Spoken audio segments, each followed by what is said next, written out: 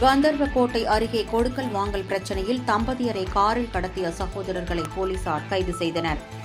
புதுக்கோட்டை மாவட்டம் கந்தர்வக்கோட்டையை அடுத்த சொக்கம்பேட்டை தேவர் தெருவைச் சேர்ந்த தம்பதியர் சத்யராஜ், மணிமேகலை.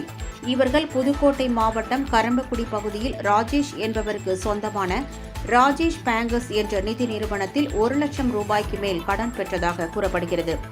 ஆனால் வாங்கிய கடனை விட வட்டி அதிகமாக தம்பதியர் செலுத்தியதாக கூறப்படுகிறது. இந்நிலையில் அசல் பணத்தை திருப்பி செலுத்துமாறு ராஜேஷ் பலமுறை கூறியும் சத்யராஜ் பணத்தை கொடுக்காமல் காலம் தாழ்த்தி வந்ததாக தெரிகிறது.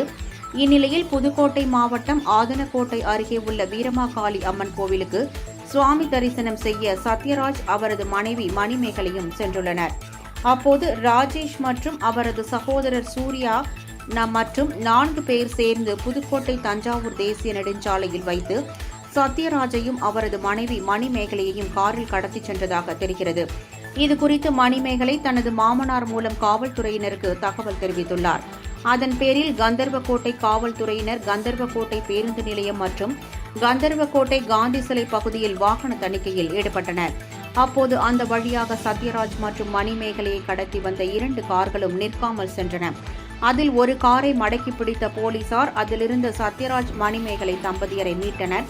மேலும் காரில் இருந்த ராஜேஷ் மற்றும் சூர்யாவை கைது செய்த போலீசார் மற்றொரு காரில் தப்பிச் சென்ற 4 பேரை தேடி வருகின்றனர். இந்த சம்பவம் அப்பகுதியில் பரபரப்பை ஏற்படுத்தியுள்ளது. ஆதனக்கோட்டைக்கு நாங்கள் ஆதனக்கோட்டைக்கு பக்கத்தில் உள்ள பெரம்பூருங்கிற வீரமாளி கோயிலுக்கு நாங்கள் போனோம். போயிட்டு நாங்கள் திரும்பி சாப்பிட்டுட்டு வரும்போது வண்ணாரப்பட்டிக்கிட்ட இடையில பால் டிப்போக்கிட்ட வச்சு எங்களை கடத்திட்டு ஃபஸ்ட்டு எங்கள் வண்டியை பிடுங்கி வச்சுக்கிட்டு அதுக்கப்புறம் 2 பேரையும் ஒரு காரில் கடத்திக்கிட்டு வந்தாங்க. வரும்போது தாலுக்கா ஆஃபீஸ் கந்தராவட்ட தாலுக்கா ஆஃபீஸ்கிட்ட என்னையே ஒரு கார்லையும் என் வீட்டுக்கார் ஒரு கார்லையும் கடத்திக்கிட்டு வந்தாங்க. நான் என் மாமனாருக்கு ஃபோன் அடித்து சொன்னேன். என் மாமனார் போலீஸ் பாதுகாப்போடு போயிட்டு என் புருஷனை தேக்கி இது காவல் நிலையத்துக்கு அழைச்சிக்கிட்டு வந்துட்டாங்க. அதுக்கப்புறம் அது தெரிஞ்சோன்னா அவங்க ராஜேஷ் பேங்கர்ஸ்காரவங்க ஃபோன் அடித்து அந்த டிரைவருக்கு ஃபோன் அடித்து என்னை அக்கச்சிப்பட்டி பெட்ரோல் பங்குக்கிட்டே இறக்கி விட்டுட்டாங்க. இறக்கி விட்டோன்னே நான் மறுவாட்டியும் காவல் நிலையத்துக்கு ஃபோன் அடித்தேன். அங்கேருந்து ஒரு போலீஸ் ஆஃபீஸர் என்னை ஏற்றிக்கிட்டு வந்தாங்க. ஏற்றிக்கிட்டு நாங்கள் இப்போ காவல்துறையில் இருக்கோம். எங்களுக்கு தமிழ்நாடு அரசும் காவல்துறையும் பாதுகாப்பு கொடுக்கணும்.